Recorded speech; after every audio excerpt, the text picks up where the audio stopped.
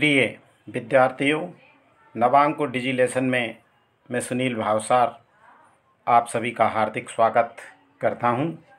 विद्यार्थियों, आज हम हिंदी विशिष्ट कक्षा 10 पद्य खंड के अंतर्गत पाठ 7 सामाजिक समरसता के अंतर्गत दूसरा भाग श्री राम नरेश त्रिपाठी जी द्वारा रचित जीवन संदेश कविता का अध्ययन करेंगे।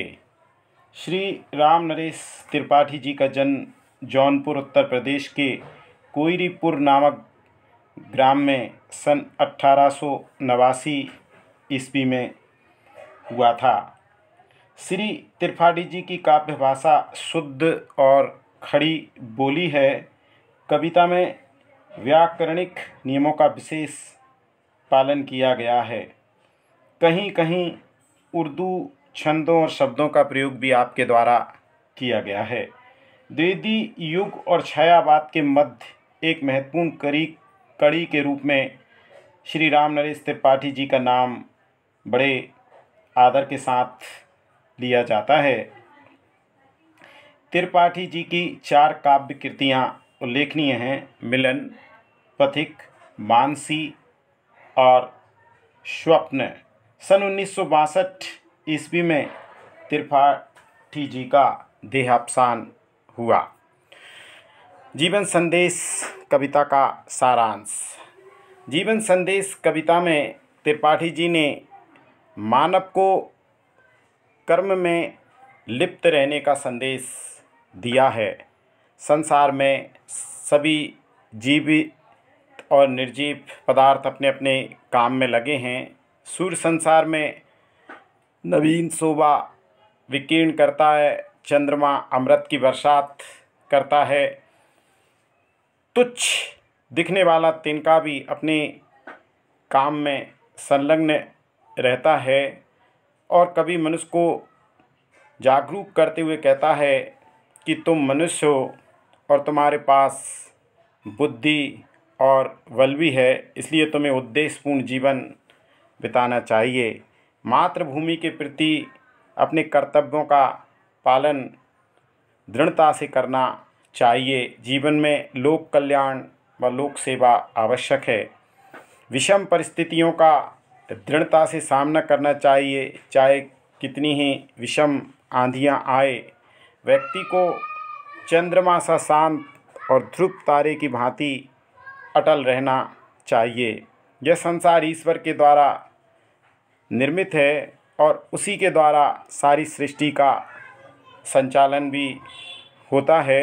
इसलिए कवि कहता है कि जिस भूमि पर तुमने जन्म लिया उसके प्रति कर्तव्य का पालन अंतिम श्वास तक करना चाहिए। यही सबसे बड़ा तुम्हारा मानव धर्म है। जीवन संदेश। अब हम व्याख्या करेंगे। जग में सचर अचर जितने हैं, सारे कर्म निरत हैं। धुन है एक न एक सभी की, सबके निश्चित व्रत हैं। जीवन भर आतप से वसुधा पर छाया करता है, तुच्छ पत्र की भी स्वकर्म में कैसी तत्परता है। संदर्भ है प्रस्तुत पद्यांश हमारी पाठ्य पुस्तक हिंदी विशिष्ट नवनीत के पद्य खंड के अंतर्गत सामाजिक समरसता के अंतर्गत जीवन संदेश पाठ से अवतरित हैं। इसके रचयिता श्री राम नरेश त्रिपाठी हैं। प्रसंग। प्रस्तुत छंद में कवि त्रिपाठी जी ने बताया है कि संसार में जितने भी सचर अचर प्राणी हैं या पदार्थ हैं, वे सभी काम में लगे हुए हैं। व्याख्या। जग में माने संसार में, सचर माने सजीव, अचर माने निर्जीव, जितने भी वस्तुएं या मनुष्य हैं, सब कर्म माने काम में निरत माने संलग्न है। धुन है माने धुन है सबकी, काम है सबका, निश्चित व्रत हैं, निश्चित उद्देश्य हैं। जीवन भर माने जिंदगी भर, आतप माने गर्मी को सहन करता है। वसुधा पर माने पृथ्वी पर छाया करता है, माने छाया देता है। तुच्छ पत्र माने छोटा सा पत्ता। शौ कर्म में माने अपने काम में तत्परता है, कितना तत्पर रहता है। त्रिपाठी जी कहते हैं कि इस संसार में जितने भी सचर या अचर प्राणी या वस्तुएं हैं, सबके काम निश्चित हैं और सभी अपने काम को पूरा करने में संलग्न हैं। सबके अपने अपने निश्चित उद्देश्य हैं, सबके ऊपर काम की धुन सवार है। जीवन भर सूरज की गर्मी को सहन करके पृथ्वी पर छाया करता है। एक छोटा सा पत्ता भी अपने काम में कितना जागरूक रहता है। विशेष यहाँ पर शांत रस, हरि गीत का छंद, अनुप्रास अलंकार, शुद्ध साहित्यिक खड़ी बोली। रवि जग में शोभा सरसाता, सौम सुधा बरसाता, सभें लगे कर्म में कोई निष्क्रिय दृष्टि न आता। है उद्देश्य नितांत तुच्छ, तृण के भी लघु जीवन का, उसी पूर्ति में वह करता अंत कर्म में तन का। संदर्भ पूर्व की तरह।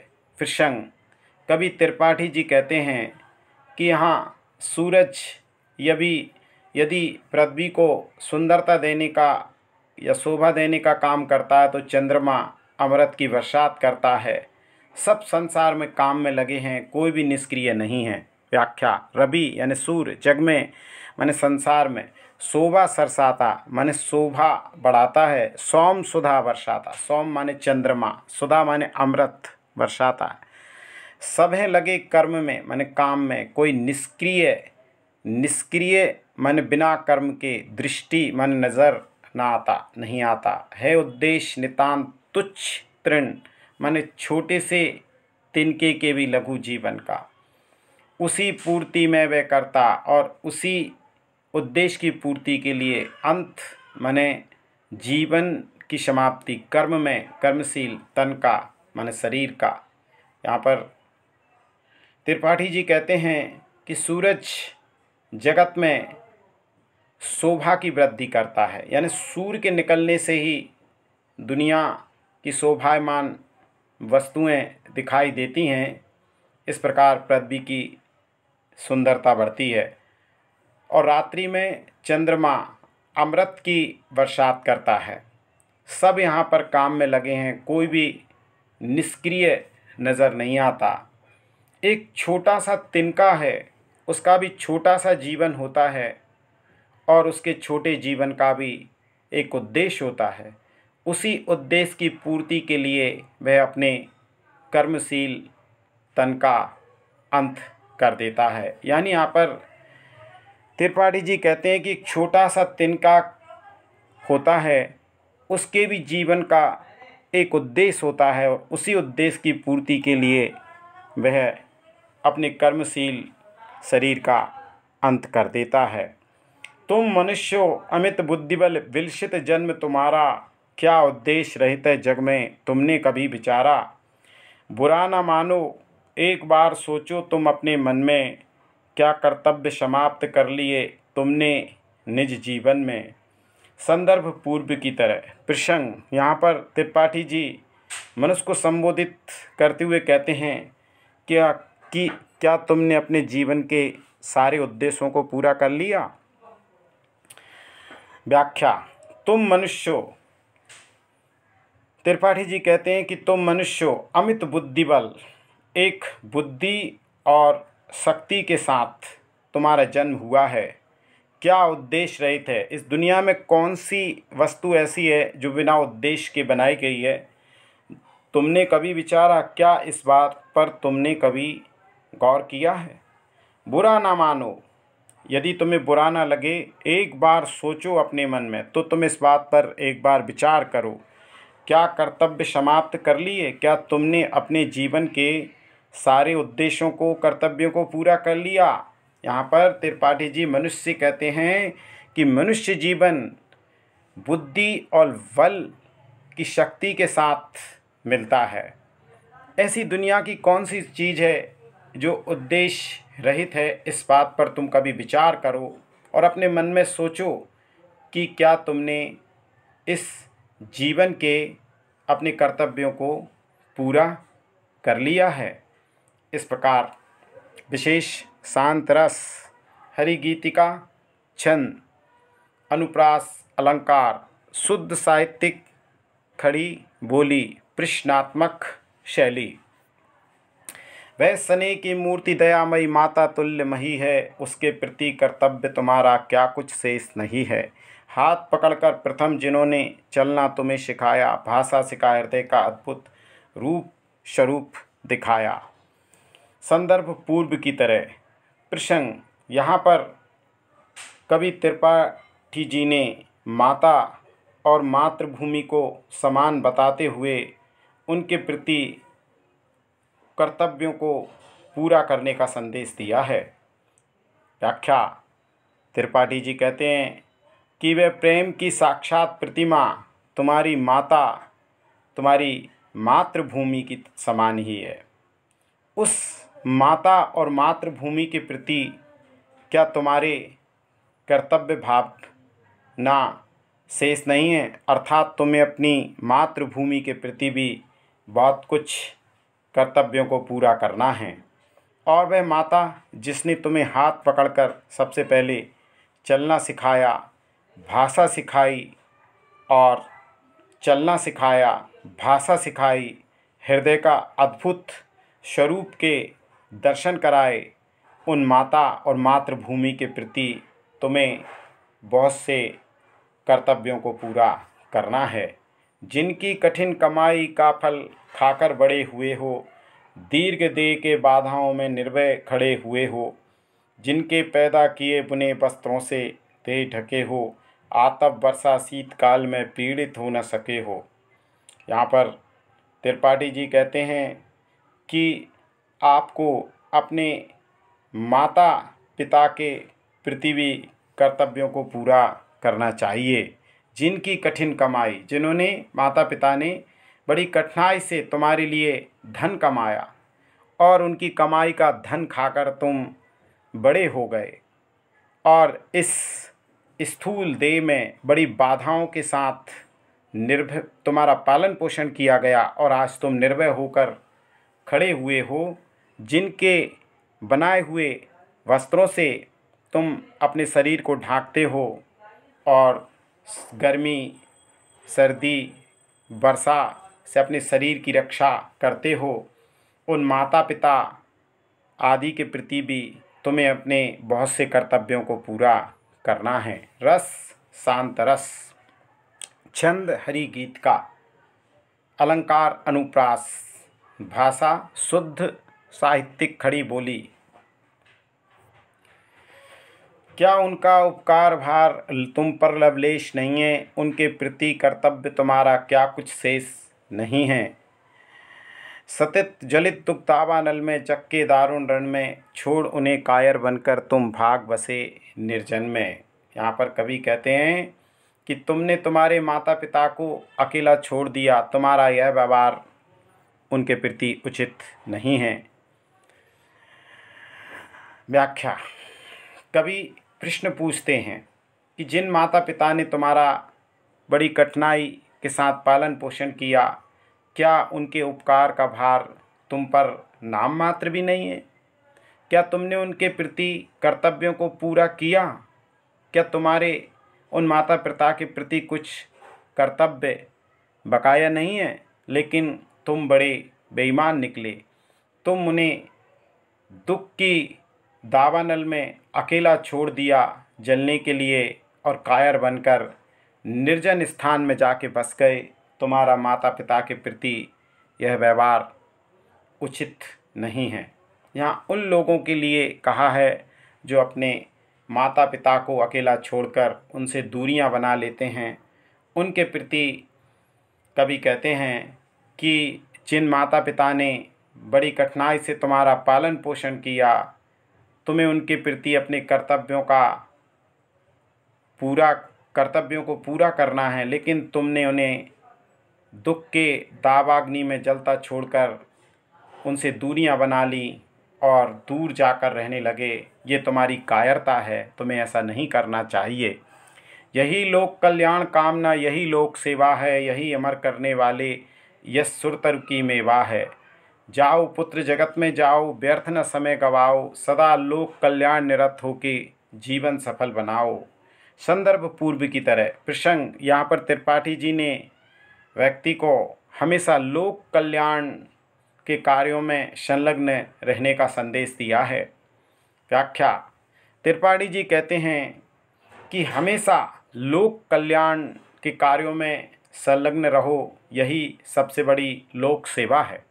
क्योंकि मनुष्य का जन्म की सार्थकता लोक कल्याण या लोगों की भलाई करने वाले कार्यों को करने से ही है। यही अमर करने वाले और यही नाम को अमर करने वाले कल्प वृक्ष की मेवा है। जाओ पुत्र जगत में जाओ, वे कहते हैं कि पुत्र दुनिया में कहीं भी रहो, व्यर्थ न समय गवाओ, लेकिन अपने समय को बेकार में नष्ट मत करना। सदा लोक कल्याण निरत हो, हमेशा लोगों की भलाई के कार्यों में लगे रहना। जीवन सफल बनाओ और अपने जीवन को सफल बनाना। त्रिपाठी जी यहाँ पर कहते हैं कि मनुष्य जीवन लोगों के कल्याण या लोक कल्याणकारी कार्यों को करने के लिए मिला है, और ऐसा करने से तुम्हारे नाम का यश फैलेगा, जो कि कल्प वृक्ष की मेवा के समान अमर करने वाला है। इसलिए दुनिया में कहीं भी रहना, लेकिन अपने समय को फालतू नष्ट मत करना और हमेशा लोगों की कल्याणकारी कार्यों में संलग्न रहना और अपने जीवन को सफल बनाना। रस शांत रस, छंद हरि गीत का, अलंकार अनुप्रास, भाषा शुद्ध साहित्यिक खड़ी बोली। लोक कल्याणकारी कार्यों में संलग्न रहने का संदेश। जनता के विश्वास कर्म मन ध्यान, श्रवण भाषण में वास करो, आदर्श बनो, विजयी हो जीवन रण में। अति अशांत दुखपूर्ण विशृंखल क्रांति उपासक जग में, रखना अपनी आत्मशक्ति पर दृढ़ निश्चय प्रतिपग में। संदर्भ पूर्व की तरह। प्रसंग, यहाँ पर त्रिपाठी जी कहते हैं कि ये दुनिया अशांति का घर है, लेकिन इस संसार में कार्य करते रहना और अपने आत्मबल को कभी कमज़ोर मत होने देना। त्रिपाठी जी कहते हैं जनता के विश्वास बनाए रखना, अपने काम अच्छे करना और लोगों के मन ध्यान श्रवण भाषण में अपना स्थान बनाना, निवास करना, ताकि तुम्हारे अच्छे कार्यों का लोग गुणगान करें, अच्छे कामों का आदर्श प्रस्तुत करना और जीवन रूपी युद्ध में विजय श्री को प्राप्त करना। इस संसार में एक से बढ़कर एक दुविधाएं या दुख आएंगे। दुनिया में अनेक स्थलों पर क्रांति का सामना भी तुम्हें करना पड़ेगा, लेकिन इस अशांत दुनिया में अपनी आत्मबल को कमज़ोर मत होने देना और अपने आप पर पक्का विश्वास रखना और आगे बढ़ते रहना, अच्छे कार्य करते रहना। जग की विषम आंधियों के झोंके सन्मुख हो सेना, स्थिर उद्देश्य समान और विश्वास सदृश दृढ़ रहना। जागृत नित रहना, उदारता तुल्य असीम हृदय में, अंधकार में शांत चंद्रमा, ध्रुव सा निश्चय भय में। यहाँ पर संदर्भ पूर्व की तरह। प्रसंग, त्रिपाठी जी ने यहाँ पर भयभीत परिस्थितियों से ना घबराने का संदेश दिया है। व्याख्या, त्रिपाठी जी कहते हैं जग की दुनिया की विषम आंधियाँ माने परेशानी रूपियाँ आंधी के झोंके सन्मुख माने सामने से सहन करना। हे मनुष्य, दुनिया में कई विषम परिस्थितियाँ निर्मित होंगी, लेकिन उन परिस्थितियों का तुम सामने से मुकाबला करना, अपना उद्देश्य स्थिर रखना और अपना विश्वास हमेशा पक्का रखना। अपने विश्वास को कमज़ोर मत होने देना, हमेशा जागृत बने रहना, प्राणी मात्र के प्रति तुम्हारे दिल में उदारता का भाव होना चाहिए। अंधकार में चंद्रमा के समान शांत रहने वाले और भयभीत परिस्थितियों में ध्रुव के समान अटल निश्चय वाले बनना।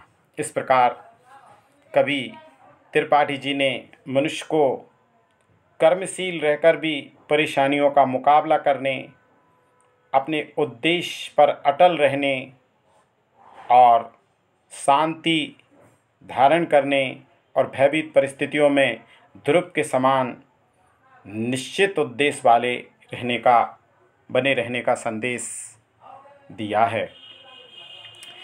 विशेष शांत रस, हरिगीत का छंद, अनुप्रास अलंकार, शुद्ध साहित्यिक खड़ी बोली। जगन्नियता की इच्छा से यह संसार बना है, उसकी ही क्रीड़ा का रूपक यह समस्त रचना है यह कर्म भूमि जीवों की, यहाँ कर्मच्युत होना, धोखे में पड़ना, अलभ्य अवसर से है कर धोना। पैदा कर जिस देश जाति ने तुमको पाला पोसा, पैदा किए हुए वे निज हित का तुमसे बड़ा भरोसा। उससे होना उग्रण प्रथम है सत्कर्तव्य तुम्हारा, फिर दे सकते हो वसुधा को शेष स्वजीवन सारा। संदर्भ पूर्व की तरह। प्रसंग, यहाँ पर त्रिपाठी जी कहते हैं कि यह संसार की रचना ईश्वर की इच्छा से हुई है और जिस देश में तुमने जन्म लिया है वह देश तुमसे बड़ी आशा लगाए हुए है, इसलिए तुम्हें अच्छे काम करके अपनी मातृभूमि का मान बढ़ाना चाहिए। व्याख्या, जगन्नियता माने जगत का नियंत्रक ईश्वर की इच्छा से यह संसार बना है, इस संसार की उत्पत्ति हुई है, उसकी ही क्रीड़ा का रूपक, उसका खेल का रूप मात्र है समस्त रचना सारी पृथ्वी है यह कर्म भूमि जीवों की, और ये प्राणी मात्र के लिए कर्म भूमि है। यहाँ कर्मच्युत होना और यहाँ से जो काम से जी चुराता है, धोखे में पड़ना, वे अपने आप को धोखा देता है, अलभ्य अवसर से है कर धोना और अनमोल अवसरों से हाथ धो बैठ कर अंत में पछताता है। त्रिपाठी जी कहते हैं कि ईश्वर की इच्छा से इस संसार की उत्पत्ति हुई है और सारी सृष्टि केवल उसके खेल का एक रूप मात्र है। ये संसार जीवों की कर्म भूमि है, इसलिए यहाँ पर कर्म करना चाहिए, और जो व्यक्ति यहाँ पर काम से जी चुराता है वह अपने आप को धोखा देता है और मूल्यवान अवसरों से हाथ धो बैठता है, अंत में सिवाय पछताने के उसे कुछ नहीं मिलता। पैदा कर जिस देश जाति ने तुमको पाला पोसा। त्रिपाठी जी कहते हैं कि जिस देश में तुमने जन्म लिया, जिस जाति ने तुमको पाल पोस कर बड़ा किया, तुम्हारा पालन पोषण किया, किए हुए हैं वे निज हित का तुमसे बड़ा भरोसा। उस देश के जाति के लोग, तुम्हारे माता पिता तुमसे बहुत आशा लगाए हुए बैठे हैं, उन्हें बहुत बड़ा भरोसा है कि तुम उनके हित के लिए काम करोगे। उससे होना उग्रण प्रथम है सत्कर्तव्य तुम्हारा। उग्रण माने उनके ऋण को चुकता करना। त्रिपाठी जी कहते हैं कि उन लोगों के ऋण से उग्रण होना तुम्हारा सबसे बड़ा और सबसे पहला कर्तव्य है। उसके बाद फिर तुम अपना सारा जीवन पृथ्वी के प्राणियों की सेवा करते हुए व्यतीत कर सकते हो। इस प्रकार यहाँ पर त्रिपाठी जी ने व्यक्ति को अपने देश, अपनी जाति, अपने माता पिता के प्रति कर्तव्यों को, अपने उत्तरदायित्वों को पूरा करने का संदेश दिया है। विशेष शांत रस, हरिगीतिका छंद, अनुप्रास अलंकार, शुद्ध साहित्यिक खड़ी बोली और मुक्तक काव्य। पाठ के प्रश्नोत्तर। अति लघुत्तरीय प्रश्न, लोहा किसकी श्वास से भस्म हो जाता है? उत्तर, लोहा मरे हुए जानवर की खाल से बनी मशक की श्वास यानी हवा से भस्म हो जाता है। भक्ति किस प्रकार के प्राणियों से नहीं हो सकती?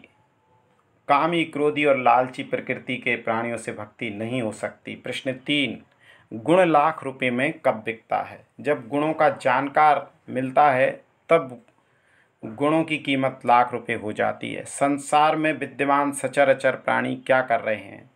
सभी प्राणी कर्म कर रहे हैं। दयामयी माता के तुल्य किसे माना गया है? दयामयी माता के तुल्य पृथ्वी मातृभूमि को माना गया है। जीवन को सफल बनाने के लिए कवि क्या निर्देश देते हैं? जीवन को सफल बनाने के लिए कवि मनुष्यों को लोक कल्याण में निरत रहने का निर्देश देते हैं। कबीर ईश्वर से क्या मांगते हैं? लघुत्तरीय प्रश्न। कबीर ईश्वर से मांगते हैं कि हे भगवान, आप मुझे इतना धन देना कि जिससे अपने परिवार का पालन पोषण कर सकूं, मैं भी भूखा ना रहूं, और यदि कोई अतिथि मेरे द्वारे पर जाए तो वह भी भूखा ना लौटे। प्रश्न 2, कवि के अनुसार किस प्रकार के वृक्ष के नीचे विश्राम करना चाहिए? उत्तर, कवि के अनुसार उस वृक्ष के नीचे विश्राम करना चाहिए जो 12 महीने फलता फूलता हो, जिससे शीतल छाया और खाने को पर्याप्त फल मिलते हैं, और ऐसे वृक्षों पर पक्षी भी कीड़ा करते हैं। साधु से किस प्रकार के प्रश्न नहीं करने चाहिए? साधु से उसकी जाति नहीं पूछकर उससे केवल ज्ञान की बातें ही पूछना चाहिए। प्रश्न 4, लोक कल्याण कामना से कवि का क्या आशय है? लोक कल्याण कामना से कवि का आशय संसार में रहकर ऐसे कार्य करने से है जिससे अधिक से अधिक लोगों का कल्याण हो। स्वार्थ के लिए हमें कोई काम नहीं करना चाहिए। प्रश्न 5, कवि जग की विषम आंधियों के सन्मुख किस प्रकार के स्वभाव की अपेक्षा कर रहा है? उत्तर, कवि जग की विषम आंधियों के सन्मुख हिम्मत से डटे रहने के स्वभाव की अपेक्षा कर रहा है। कर्मच्युत होने से क्या परिणाम होगा? कर्मच्युत होने से परिणाम यह निकलेगा कि धोखे में पड़कर अलभ्य अवसर से हाथ धो बैठना और पछताने के सिवाय अंत में कुछ भी हाथ ना लगना। दीर्घ उत्तरीय प्रश्न, दुर्बल को सताने का क्या दुष्परिणाम होता है? उत्तर, दुर्बल व्यक्ति को सताने का यह परिणाम होता है कि उसकी दुख भरी आह से कोई बच नहीं पाता और वह किसी का भी अमंगल कर देती है। दुखी व्यक्ति के हृदय से निकली दुख भरी आह किसी के अमंगल करने का कारण बन जाती है। अब गुणों का निवास कहाँ है? अब गुणों का निवास मनुष्य के हृदय में है। व्यक्ति अपने में गुण ही देखते हैं, जबकि मनुष्यों में भी अवगुणों का निवास होता है, उन पर व्यक्ति ध्यान नहीं देता। किन विशेषताओं को खोकर भक्ति की जा सकती है? काम, क्रोध और लालच को खोकर ही भक्ति की जा सकती है। भक्ति करने वाले व्यक्ति को अपनी जाति, वर्ण और कुल का अभिमान खोना पड़ता है।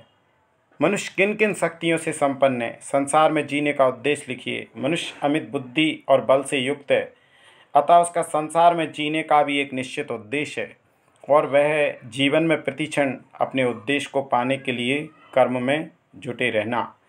प्रश्न 6, जीवन संदेश कविता का केंद्रीय भाव लिखिए। जीवन संदेश कविता में कवि ने स्पष्ट किया कि मनुष्य एक कर्तव्यपरायण व्यक्ति है, किंतु कभी कभी वह कर्तव्य से विमुख होकर भी काम करने लगता है, जीवन के उच्च उद्देश्यों से भटक जाता है। इस प्रकार के कार्यों से वह समाज की भलाई नहीं कर पाता।